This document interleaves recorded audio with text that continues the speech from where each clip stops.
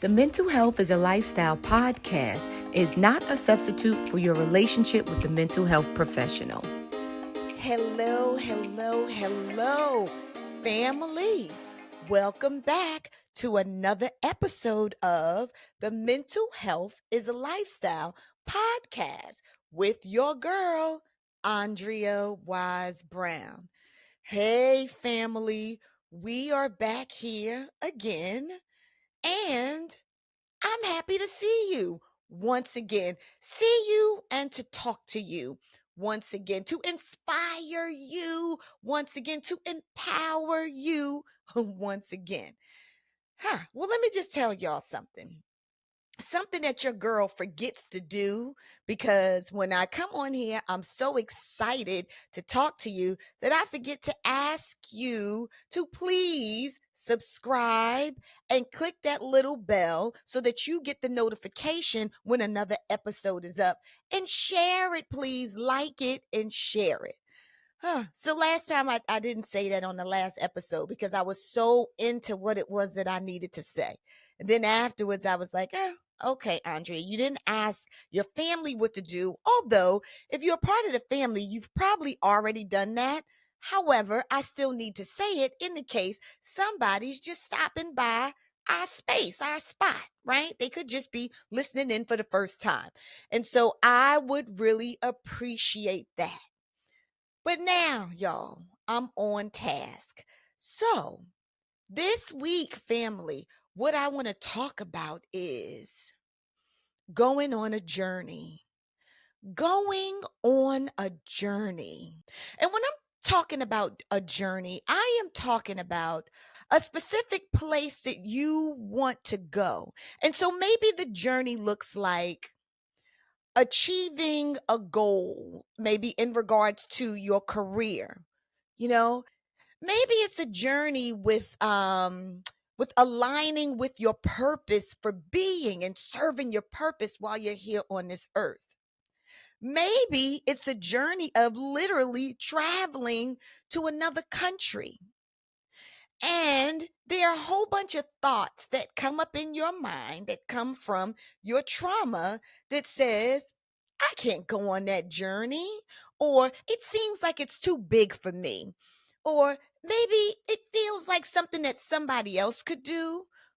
Maybe because something that I've been told all of my life about the journey that I need to be on is stopping me.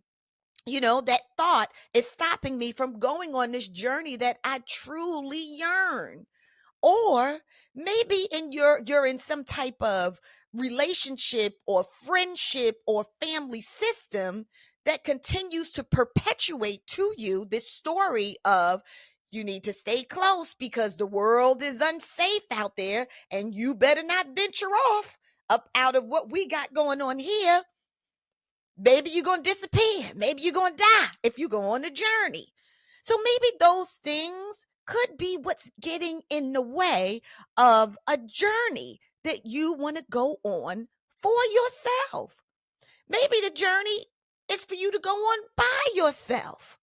So I am here to encourage you to think about the journey, to plan the journey, and I'm here to say, go on the journey. I'm here to push you, to tell you to go on a journey. Necessarily going back on that trip is coming out of that childhood trauma or those stories of what you can't do. You can't travel to another country. They'll kill you over there. That's a side street. Let me kind of sit down and map this out. I'm going back on my journey because what my internal navigation says is it's pulling me there for a reason. That's a journey that I want to go on. That's a journey that's going to feed my soul. Whether someone wants to come or not, that is a journey that is going to feed my soul, no matter what anybody says, no matter what judgment says. I'll tell y'all a little side story about me making a decision to go on this journey. So y'all remember when we were in COVID, okay? COVID was a very scary time. Very, very, very scary time. And I think it was a scary time for most of us. even people who had more risk tolerance than others, it still was a scary time because we were like literally all in this place. We were in a pandemic, but it was a place of the unknown. We just didn't know what to do. And if you are wired to have high your anxiety like myself, child, I was fighting COVID tooth and like I was constantly fighting COVID, fighting COVID, fighting COVID, fighting COVID. Uh, you know, so meaning, right, we wiping off packages when you go into the store. I wouldn't go down the aisle if somebody else was down the aisle. Then I get mad at them, like, why would you come down my aisle? Because I was coming down this aisle while, wearing a mask or maybe two masks, okay, because you knew there was one mask that you get the particles through, and there was another mask that you couldn't get the particles, all those things. Okay, I was obsessing. Okay, I was really obsessing over being extra clean and extra safe during COVID, right? Because I'm going to make sure that I don't get COVID, okay? I'm going to make sure that my family doesn't get COVID either. And I'm sure going to make sure that my family don't give COVID to me. All right, let me just be fully, so I was over controlling the whole situation. But thank God, there were other people in my household who felt like me, who was trying to over control karate chop COVID from everywhere that it was coming from too. So everybody, we was all like, okay, we're going to try to keep ourselves safe. And we were all really being really smart about keeping ourselves safe. I wouldn't even go around my friends, y'all. But this is the thing. Doing all of this journey, okay, y'all, I'm on a journey of life. During this time of COVID, when I'm, in my head, I'm thinking, okay, this is what you need to be, an extreme, and don't do this and don't do that and don't touch this, right? And I would not go around friends. And even some of my friends who told me that they were being super careful and they weren't going anywhere either. And they like, let's just meet up. And I was like, no, I'm not. I love you, but I ain't meeting up with nobody. You know what I'm saying? Because then you done gave me the COVID and I'll be mad at you forever. And I don't know what the COVID's going to do to me. And, that whole thing. But this is the thing, y'all, that's so interesting about life and learning. Through all of that working for me, karate chopping and running away from and setting up all kinds of barriers of COVID, who caught COVID and who caught COVID first in my household? Me. I admit it. I am here. My name is Andrea, and I caught COVID first. I was the COVID police, and I caught COVID. Until this day, y'all, I'm going to tell y'all the truth. I still don't know how I caught COVID. I really don't know how I caught COVID. But I caught COVID. I kind of think, low key, that God gave me COVID. Because, Lord, I hope that's not, I don't want to lie on you, Lord. But let me just say, we do know that the Lord allows things to occur. So I'm going to rephrase that. I do believe that the Lord allowed me to get the COVID so that I could chill out. So that I could chill out, so that I could relax and I could go back to living my life and not necessarily over controlling somebody else's. It was like I needed to get it to freaking relax. Because then for me, and this is my experience, because COVID came through and it was rampant and it destroyed a lot of people and a lot of families by taking people from this earth. A lot of people died and passed away from COVID. And I will not dismiss that because that is the truth. But I am telling you about me, my car, my journey got me on this earth. My experience catching COVID was about something else for me. And that's what I'm here talking about. It was to teach me to relax myself and to live life again, to start living life safely, but not over obsessing, because the one who over obsessed about it was the first one who got it. The irony. And then what it did was it gave me this feeling and this yearning to take a journey, to take a journey. So for y'all know, remember that time, if you didn't live near your parents and you could move your parents in with you, or you didn't live in the house with your parents, you yearned your parents. If you never yearned them before during COVID, you yearned your parents. And so for me, I needed to see my mama. I needed to see my mother. I needed to see my sister. I needed to see my auntie. I needed to see my stepdad. Like, I needed to see them. However, because of COVID, I want to make sure I don't get them sick, so because I don't know, from somebody who could have impacted me. I didn't want to impact them because what was happening to older people. So I stayed away. But it wasn't until November of 2020 that I got COVID. And it literally, although it was dark and it was scary, and the symptoms that I had were symptoms of the flu. However, it gave me a streak of enlightenment and awareness. Because in that moment, I said to myself, I want to go on a journey. I want to go on a journey, and I want to go see my mama. I want to go see my family. I'm not getting on a plane, because at that time, not shortly after that, okay, then I got on the plane and I was going everywhere on a plane. But at this moment, right after it happened, I waited my days, 14 days. Then it might have been another 7 days, because, I was really listening to the CDC. So I waited till I was like fully clear. And then I asked my daughter, you want to take a journey with me? Do you want to take a journey with me of doing something that we have never done before? But I want to do it. You want to go see grandma?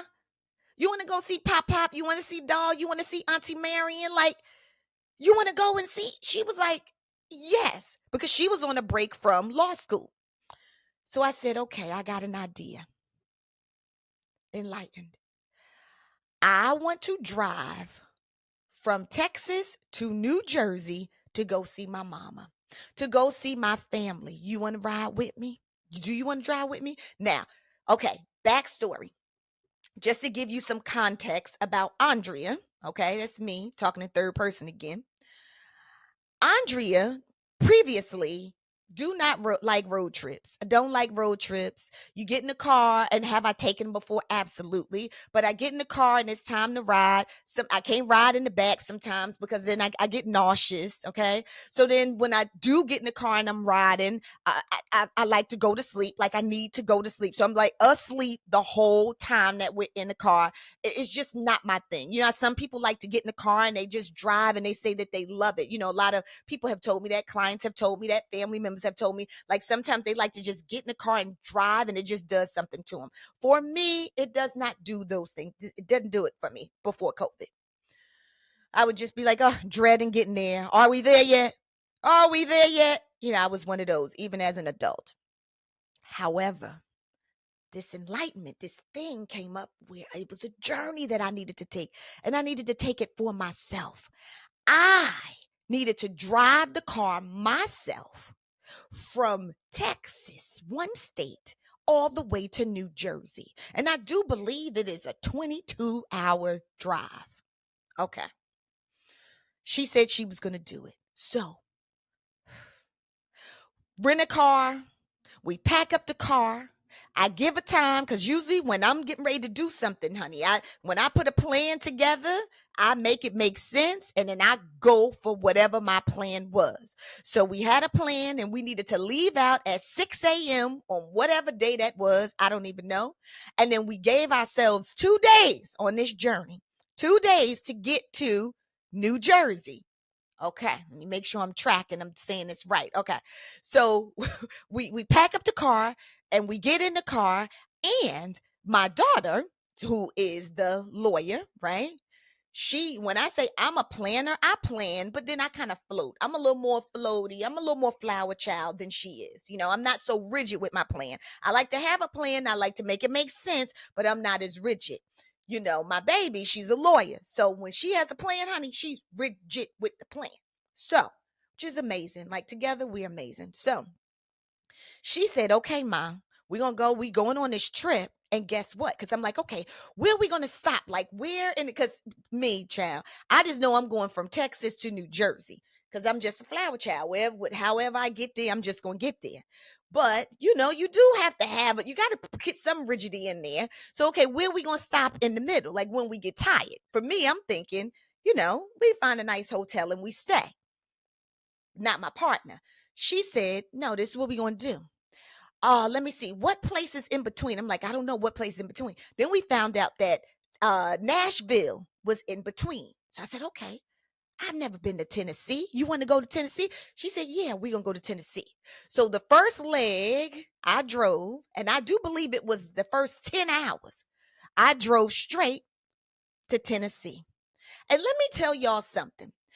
I felt like I had superpowers. Now, the whole truth is some of the superpower came from because y'all know I had just had the COVID. And y'all know back then they said once you get the COVID for 3 months, you can't get the COVID again. So you got like you got super COVID little cells in your body, like fighting off all of the COVID in the world. So I felt like I had superpower. I was like forgetting my mask, on our trip. My daughter like, where's your mask? Because she didn't get COVID, right? So she like, where your mask? I'm like, oh, man. Oh, where's my mask? Oh, that's right. Let me get my mask. Oh, yeah, let me put on my mask. All right. Silly, real silly. But this is the truth. I'm always going to tell y'all the truth. So I felt very superhuman, okay, y'all, because COVID couldn't get me again, and I done lived through it, okay? So I felt like Wonder Woman. I had superpowers. And I felt so enlightened that, we just gonna make it do what it do on this trip. Like, so wherever we land, we just land and we stay. So when she said Nashville, I'm like, okay, well, what do they have in Nashville? So we planned out Nashville. We had some scenic little things that we needed to do in Nashville. Like one of them was, it was like the Dolly Parton restaurant. I think there was a Dolly Parton restaurant in Nashville. I'll show y'all a picture. We are at the Dolly Parton. Dolly. Hey, Nashville, Tennessee. Quarantine mask. Oh, so you can see Dolly. And the ground. What the ground say? Graduate, Nashville. Okay. Woo. Okay, so we went there. Oh, while we were there, there was an HBCU. It escapes me now. I don't know why I want to say Edgar. I don't know. I can't remember the name of the HBCU that we went to. It's a medical school, and it's right there in Nashville. We went to go see that. We went to go see like the major strip, and we took pictures there. I'll show y'all that picture in Nashville. Okay. Oh, and so where we decided to stay, that was where we first got like the Nashville hot chicken, the hot chicken. We tasted that for the first time in Nashville. Okay. And then while we were there and as we were getting ourselves together, because in Jersey, one thing that I always love to eat when I go to Jersey, it reminds me of my childhood, is White Castle. Child, they got a White Castle in Nashville, so we got to get some White Castle. And then there was some houses. So one thing that my daughter and I enjoy doing, and I've always loved to do this, is I love to see houses, like big beautiful houses, real estate. And so there was some people who we knew who lived there who we would watch their show, especially during COVID. We watched the Chrisleys. I don't know if y'all know the Chrisleys. So the Chrisleys, I mean, they in jail now, y'all, because they was doing some illegal business, but we didn't know that, and we loved the Chrisleys. And so we knew that they lived there. They lived in Nashville, and they taped their show in Nashville. So we said, okay, while we there, we're gonna go by and see where they take their little show, see their little real estate in Nashville, okay, Tennessee. So it was great. And y'all, just before we were going, my daughter says, "Ma, you know we like the Virgin Hotel." I'm like, "Yes, we like the Virgin Hotel." She was like, they just opened a brand new Virgin Hotel in Nashville, Tennessee. It's brand new. We gonna stay there. When we stay there, we go to Nashville. So we booked the night there. When I tell y'all, this trip, this journey was amazing. Okay. So I had never in my life driven 10 hours straight. Never. One time, maybe it was 7 hours going from Jersey to Virginia. I can remember that a long time ago. It was because I was forced to do it. However, because there was no one else to drive, nobody else who was with me who was the driver, and I had a new car back then. I was in my 20s. So I had to drive that drive. But since then, I had never done that, never driven myself. And so this time there was 10 hours. And y'all know I just said, you know how you say, "Are we there yet? Are we there yet?" That's how I would say anytime I was in the car. On this trip, it was so purposeful for me. It was about freedom. It was about life. It was about living. It was about vibration. Oh, it was about breaking dysfunctional thought. It was about breaking through fear. It was freaking amazing. I wanted to say, instead of freaking, I wanted to say something else, but I'm going to say freaking. I'm talking about every hour, every minute, every second was amazing, and it was never counted. I was on this, and this is what happens when you're in alignment on this journey, in this journey called life. It was every mile, every step of the way felt like paradise. I wasn't even tracking what time, how do we get there?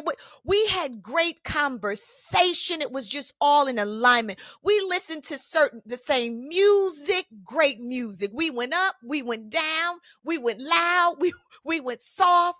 We had great deep discussions. We even played great shows and interviews, podcasts. Like, when I tell you, when you are in alignment on this journey called life, it feels so good and it is invigorating.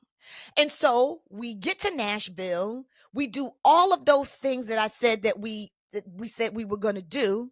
And then it was time the next day. So we drove one day, 10 hours. We were in Nashville. We stayed overnight. So then the next day, that was the goal, was to get up by, I'm going to say, I don't know, 11. We were going to leave by 12. And then I know we had a 12-hour drive to get to Jersey. And I think my numbers are correct. And if they're not, forgive me, but you feel me.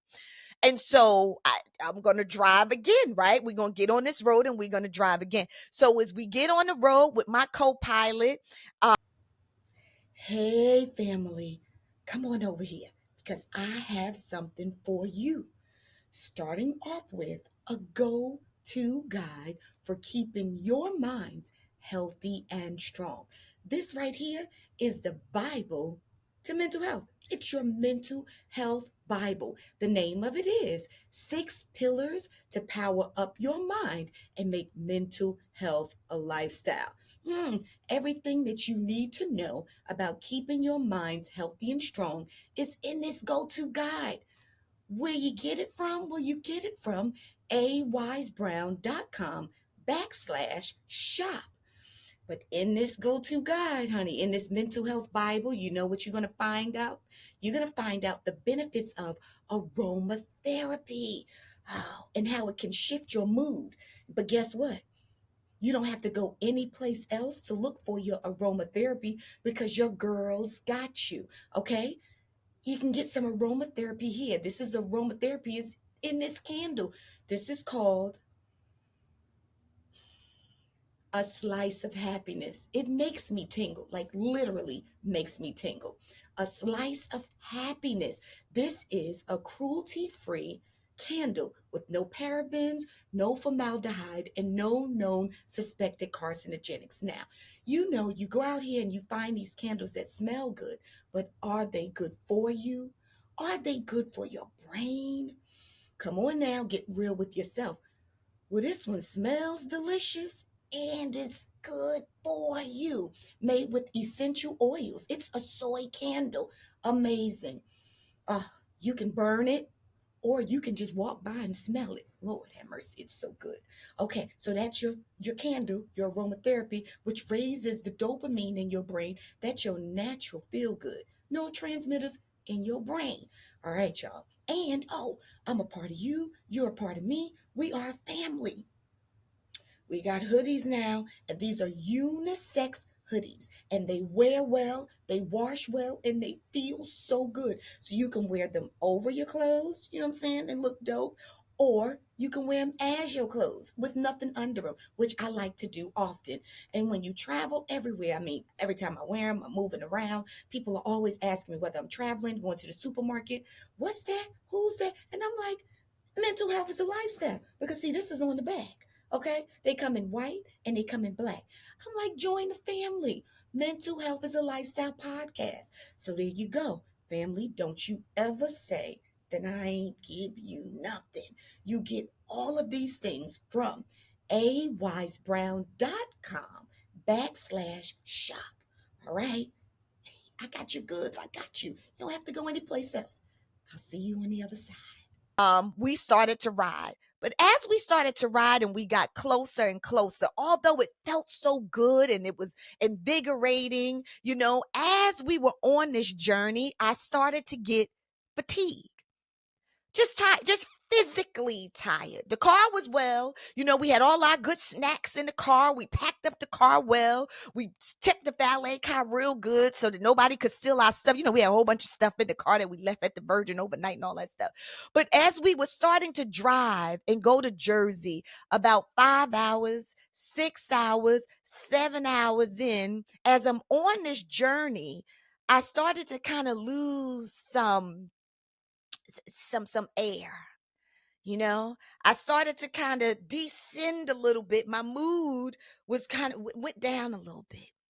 Then I started to get a little fatigue, right? My fervor was still the same. I was still excited. This was still a trip of a lifetime. It was a trip that really spoke to freedom. It was inner freedom for me, and it was just showed externally. It was inner freedom and it showed externally. And so it was still a trip, and I still loved it, and I was 10 toes down, but it started to get a little bit troublesome because I got a little tired. Was a little fatigued because I'm driving. And then it started to get dark. And then we were in mountains. So we had to drive through mountains. And the roads started to get smaller and smaller. And I had rented an SUV. And remember, I told you guys I had never, ever done anything like this before, especially for so long. So maybe about the 7th hour, maybe, okay, now we making it to the 10th hour. Now I'm starting to look at the clock.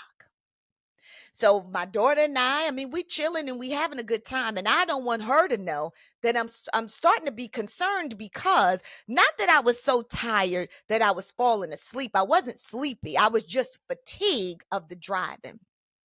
And she offered several times, Ma, you want me to drive? I'm like, no, because I'm saying to myself, I love the girl, and the girl, she does well with driving, but, I just didn't need her to drive me on this journey that I was on.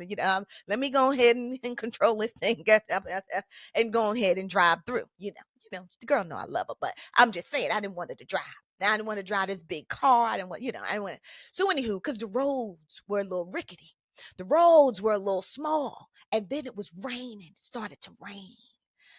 And then it got darker. It was starting to get darker and darker.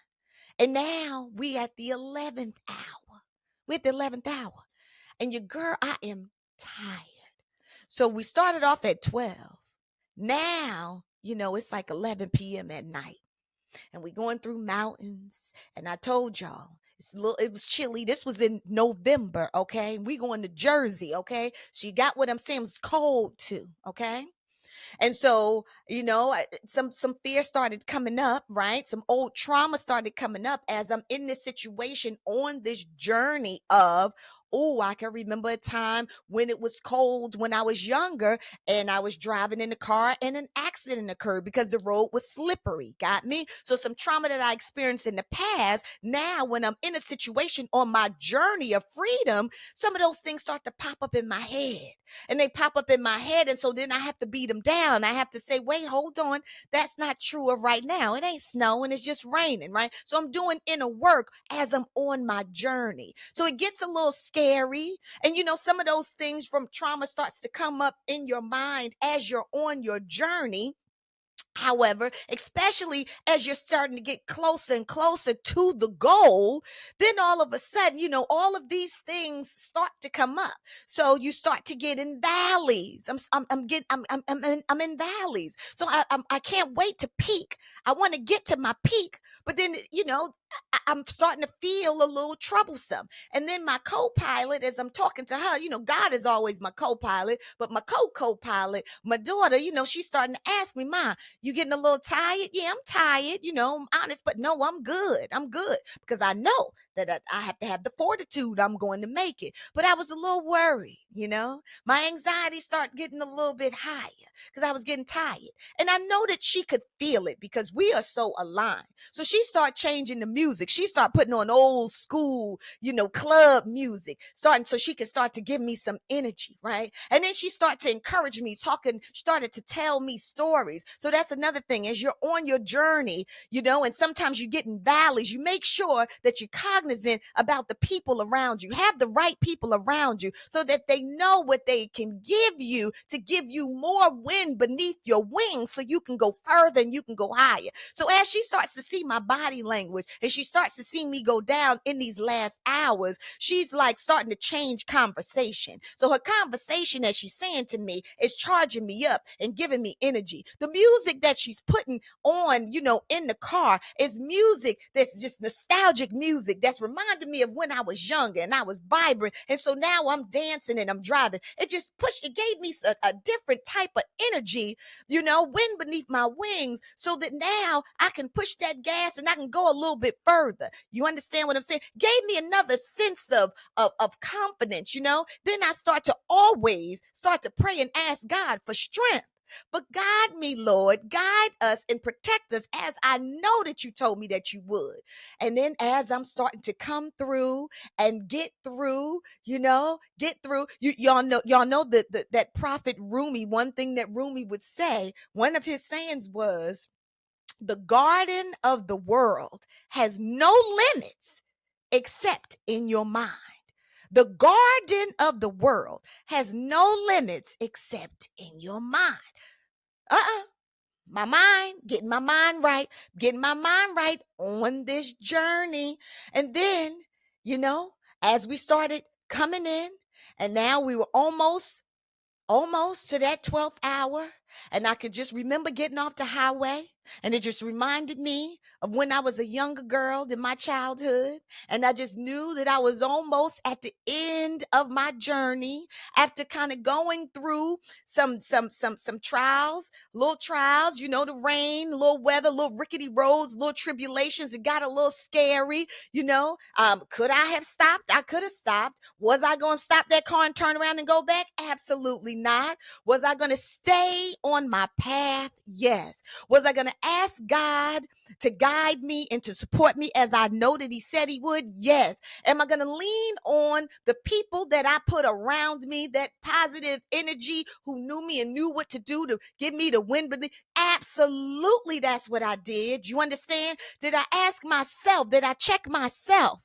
Are you tired? Are you sleepy? Are you tired? Can you make it? Absolutely, I can. Did you start off on this journey at the wrong time? Nope. You did pretty well. You left at a certain time. You could have left a little bit earlier. You could have, and maybe next time that you will. Yeah, okay, that's something that I learned about myself, right? Lessons on the journey. Yeah, then another lesson is make sure that you slow down and you keep the speed limit because you don't have nowhere to go, but wherever you want to go. You You are on a freedom ride. You don't have to be there at no specific time.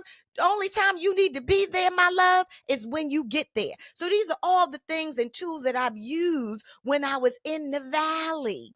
But as now I'm coming around the corner and I'm about to hit my peak, and I know that I'm right here. I'm at the street. I'm at the street that I know I got 5 minutes before I make two more turns. And then I'm about to hit my destination, my family. I'm about to hit my destination. And as I'm riding around, just before now I'm 30 seconds in, all of a sudden, my co-pilot, no direction from me, is having the right people in your life. My co-pilot, just as I am, you understand what I'm saying? I am now descending into my goal. Into this was a freedom ride where I learned so much, I experienced so much. I did it on my own. It was something that my intuition, my internal map, the God in me told me to do. It's time for you to do so you can learn these lessons, push through, learn so much about myself, push through fear, and said I was going to do it. Although there was, I did hear that you don't need to do that. That don't make no sense. Why would you do that? And I still pushed through it because I know what God told me to do. And as I was getting ready to pull in, turn down that street where I could see my mama's house down into the street, my co-pilot put in she and I, we got this song, our favorite song. I didn't cue it up. I didn't tell her to do. She put it in.